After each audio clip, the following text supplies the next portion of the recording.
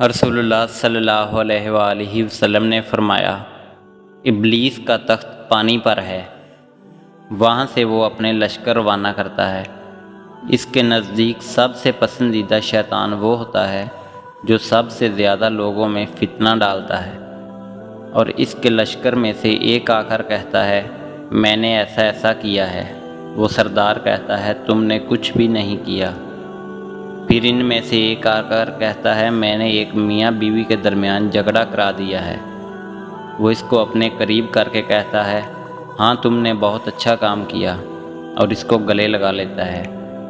میاں بیوی میں اختلاف پیدا کرنا شیطان کے نزدیک سب سے بہتر کام اس لیے ہے کہ ان کے اختلافات صرف دو انسانوں کے درمیان ہی نہیں بلکہ دو خاندانوں کے درمیان ہو جاتے ہیں، جس کے نتائج بہت ہی برے نکلتے ہیں۔